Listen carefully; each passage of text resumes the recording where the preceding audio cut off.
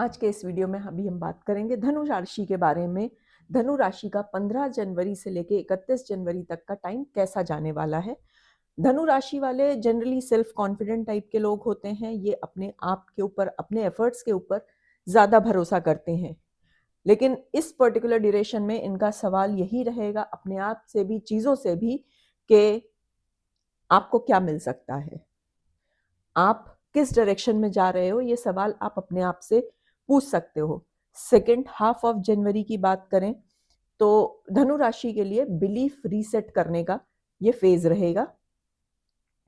इस ड्यूरेशन में अगर आपने डिसिप्लिन और क्लैरिटी को चूज किया तो ये फ्यूचर के लिए आपको एक स्टेबल फाउंडेशन देके जाएगा। ये आपके बिलीफ सिस्टम को, आपके कॉन्फिडेंस लेवल को बहुत हद तक इम्प्रूव करेगा और एक सॉलिड शेप देगा। तो चलिए समझते हैं 15 से 31 जनवरी धनु राशि के लिए कैसा रहने वाला है। कौन से ग्रह आपकी सोच को और रास्तों को एक नई दिशा, एक बदलाव दे सकते हैं। अगर मेजर ट्रांजिट्स की बात करें तो धनु राशि वालों के तीसरे घर में सन और सैटर्न बैठे हुए हैं। मून से अगर हम गिनते हुए चले तो सन और सैटर्न आपके तीसरे घर में बैठे हैं, जुपिटर 7th हाउस में है, राहु 4th हाउस में है, केतु 10th हाउस में है और मार्स आपको करेज और इम्पेशंस दोनों का एक मिक्स्ड फीलिंग देने वाले हैं। अब समझते हैं थर्ड हाउस होता क्या है। थर्ड हाउस होता है करेज, कम्युनिकेशन, सेल्फ एफर्ट और आपके डे टू डे डिसीजन से रिलेटेड। और इस हाउस में सन और सैटर्न दोनों इस हाउस में हैं।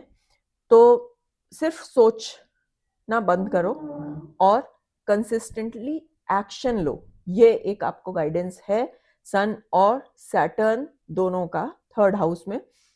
धनु राशि इन जनरल नेचुरल उसमें ऑप्टिमिस्टिक होती है, पर इस फेज में आपको हो सकता है आपके कॉन्फिडेंस को थोड़ा सा हिलता हुआ नजर आए। आपको कहीं सेल्फ डाउट वाली कंडीशन आपके ऊपर आ सकती है। मोटिवेशन अप डाउन रहेगा, लेकिन यहाँ समझने की ये जरूरत है कि आप बदले नहीं हो, केवल आपका बिलीफ सिस्टम बदल रहा है।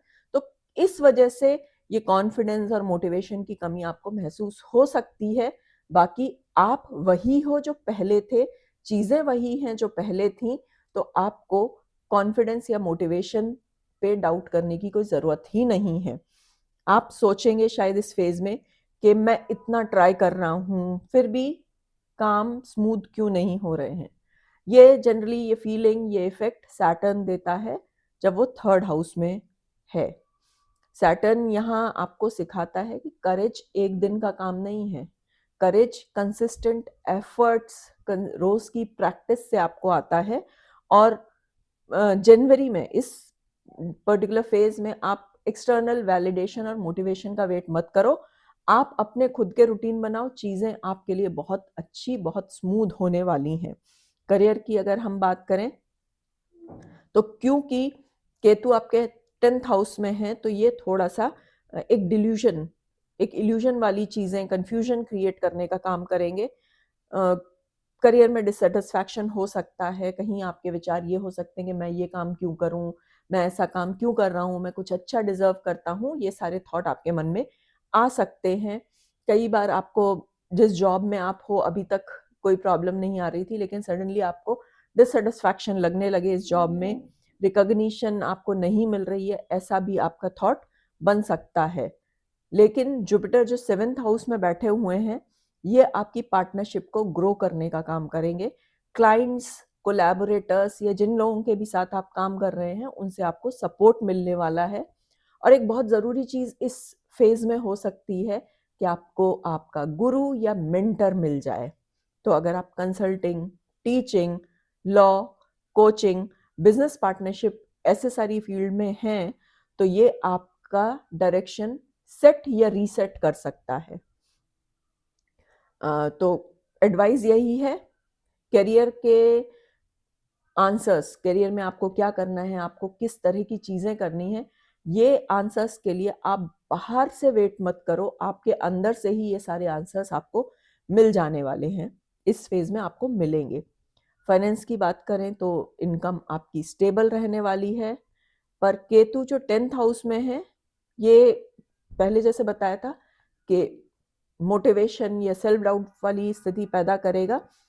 तो जो लोग डायरेक्ट ऐसी फील्ड से रिलेटेड हैं जिनका काम ही कमीशन और इस तरह की चीज़ों से चल रहा है, जितना काम कर रहे हैं उसके बेसिस पर ही उनको रिजल्ट मिल रहे हैं, तो उस वजह से क्योंकि मोटिवेशन आपका कम हो रहा है तो इनकम पे उसका इफेक्ट आ सकता है। अदरवाइज और कोई रीज़न नहीं है कि आपकी इनकम पे किसी तरह का कोई असर आए।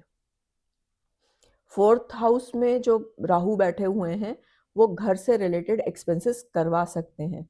हो सकता है आपको कभी ये लगे कि घर में कुछ काम करवाने की ज़रूरत है, पेंट या कुछ इस तरह की चीज़ें, तो घर से रिलेटेड कुछ एक्सपेंसेस आप कर सकते हो, रिलोकेशन के बारे में सोच सकते हो, या रिनोवेशन के थॉट्स आपके मन में आ सकते हैं।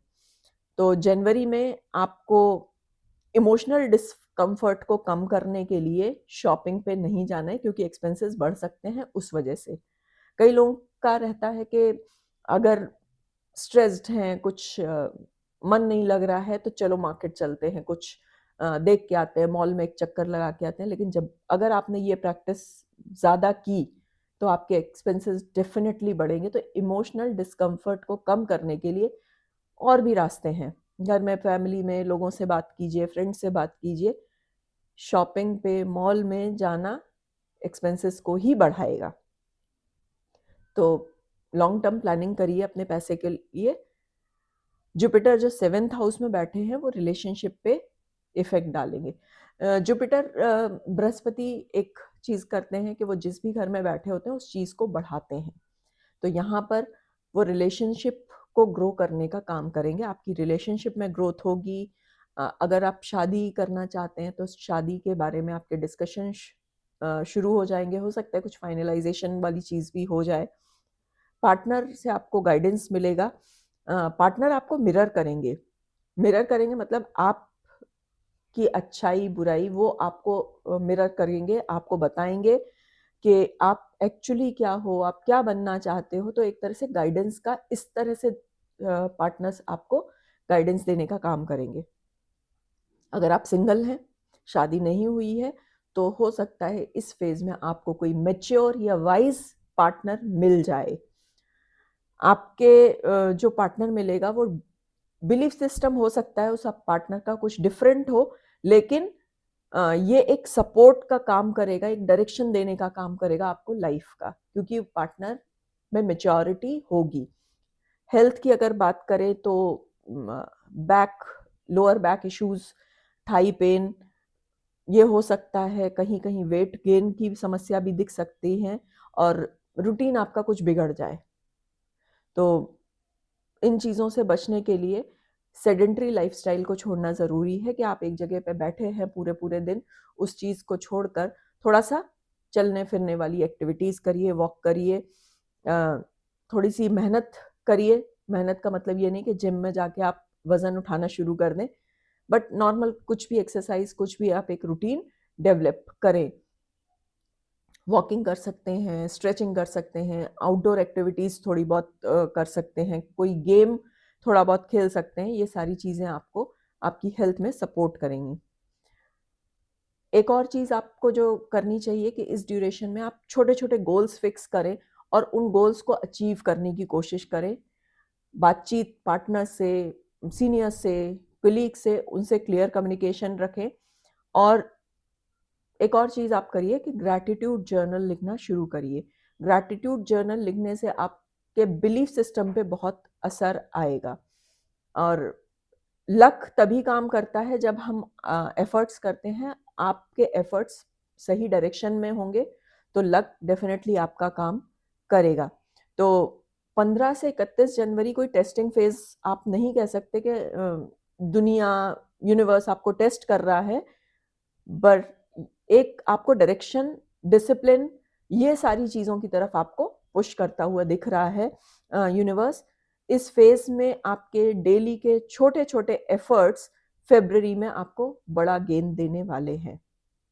तो यही जनवरी के लिए धनु राशि वालों के लिए गाइडेंस या प्रिडिक्शन आप कह सकते हैं कि बिलीफ सिस्टम बहुत अच्छी है, बिलीव करना बहुत अच्छी बात है, पर चीज़ों को अचीव करने के लिए एफर्ट्स ज़रूरी होते हैं। तो एफर्ट्स कीजिए और आगे के सॉलिड रिजल्ट्स का वेट करिए, आपको जो डेफिनेटली मिलने वाले हैं। तो अगर आपको ये चीज़ें समझ में आई हैं, पसंद आई हैं, तो चैनल को सब्सक्राइब कीजिए, वीडियो को लाइक और शेयर ज़रूर